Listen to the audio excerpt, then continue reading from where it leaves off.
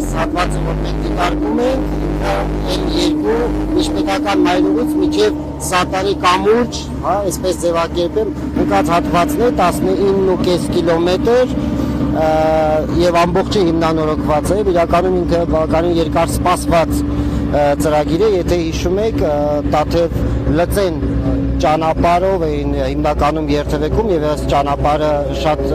դժվար անցանելի էր, նպատակը այն էր, որ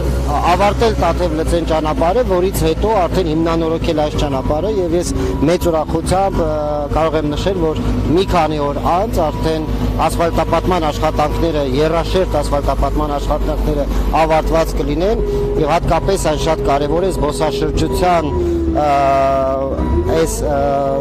սեզոնին ընթառաջ, որովհետև գիտեք, որ շատ քաղաքացիներ եւ օտարերկրյա զբոսաշրջիկներ գալիս են մեր Տաթև վանական համալիր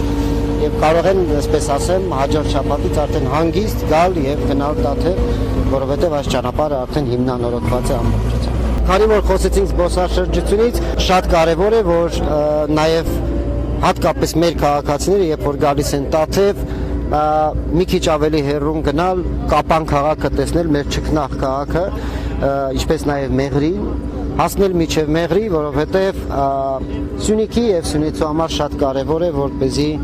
յուրաքանչյուր հայ գոնե մեկ անգամ գա եւ տեսնի այդ բնակավայրերը, նաեւ իր նպաստը ներդրի ներքին զբոսաշրջության համար, հետագայում նաեւ ինչու ոչ զբոսաշրջության զարգացման համար։